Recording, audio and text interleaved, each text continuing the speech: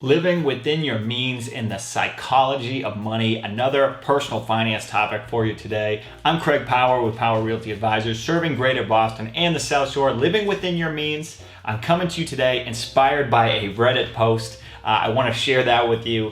So for context, I've had a previous fascination with Dave Ramsey, old stick in the mud, and the idea of a debt-free lifestyle or debt-free journey. Really just a general interest in money management. What happens is if you're fortunate enough to get rid of all this bad debt, let's say your income improves and you regularly have more money, right? So you have this lifestyle creep. This video is about beating back lifestyle creep. I think the conclusion we'll come to here is a little bit of a cheat code in your brain to get moving in the right direction. So I hope it serves as a practical tip. So let me show you this Reddit post because I liked the topic and I liked the responses. And I think I want to throw in my own response here too, having had like a much smaller scale experience with this. For me, I'm like, you do a deal and then you look back and I'm like, Craig, $6 lattes every day. Who the hell do you think you are? I look at myself in the mirror like, you've changed, you've gone soft. And in fact, for me, sometimes when things are going really well, right? I've got a bunch of deals in the pipeline. All of a sudden, I'm making impulse purchases. Some new camera. I've gotten so close to buying a drone so many different times. So the message here is just about pulling back. Let me show you this Reddit post here. Title being, how can you learn to live with accumulated wealth rather than acting like a spend-happy idiot? I do love how the title is written, almost like an Onion headline. It says, in the last 18 months, some long-term investments have paid off, blah, blah. The point is, in the last 6 months, I've noticed my attitude shifting toward an incessant urge to spend. I have certainly bought a few things I needed, fine, good, but at this point, I don't need for anything. The possessions my brain is screaming at me to buy are trinkets and trifles. More generally, I have noticed a lack of financial discipline bordering on nihilism. What's $400? Who gives a damn? Why bother saving, etc., etc.? I feel myself being corrupted in a way that I don't think is healthy in the long term. The decisions that I made years prior that have allowed me to reach this point are different from the decisions I'm now making. There must be other people here who have had a similar experience with this and figured out ways to live wisely with subjectively a lot of money. Can you offer any advice? Can you share mental processes that you found helpful? Or can you even just share your own story so that I can know I'm not the only one to have been here? He goes on to say it's hard to follow a budget when he's so well invested that daily market fluctuations completely dwarf any day-to-day money management. So it's an issue, I'm not familiar with that, right? It's an issue of extreme lifestyle creep here that this fella's talking about.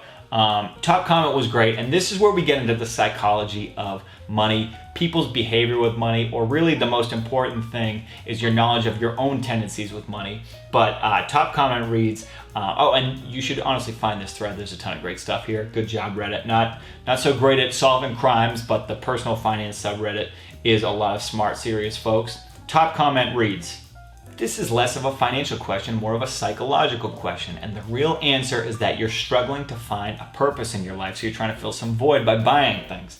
Those things don't end up filling that void. So you try to find other things to buy. At some point you see this cycle, ask yourself, what actually makes me happy? You'll start focusing on that thing and fall back in line with your standard budget.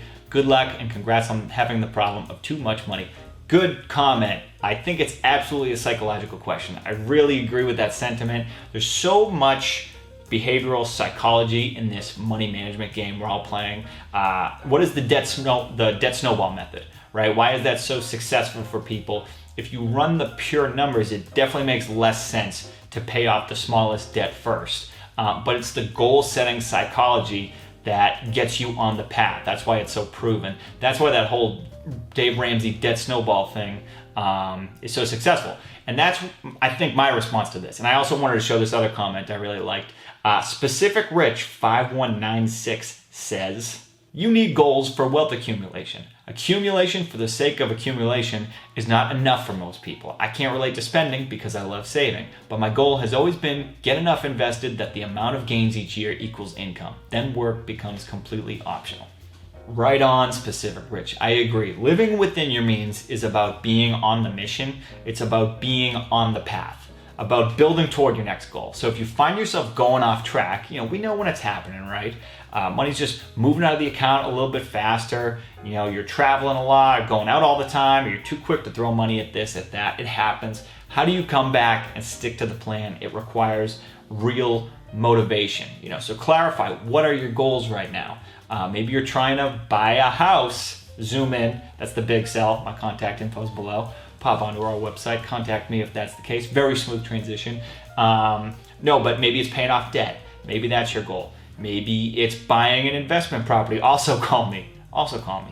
Maybe you need to hit X number in retirement savings, but make it clear, this goal by this date. Break down your goals into smaller, more manageable parts. Your long-term goal is just a result of hitting these short-term goals. This is the cheat code. This is good goal-setting behavior. Anyway, I hope this serves as a good practical tip. And let's be honest, I should just, I watch these videos back and I'm like, I should just shut up and take my own advice sometimes, right? So it's not about being flawless with money. It's just hitting the reset button, and getting, like I said, sort of back on the path. The process of making these personal finance videos sort of helps me. Let's face it, living within your means, not a super sexy topic, especially in real estate where everything that's considered cool is just like $1 million listing. Look at this baller jacuzzi tub with a chandelier and coastal views from your toilet. Sort of taking a different angle here. But thanks for watching. Like and subscribe to the page. Check out our website. Plenty more real estate, personal finance, and millennial money content on the way. Thanks so much. Have a great day.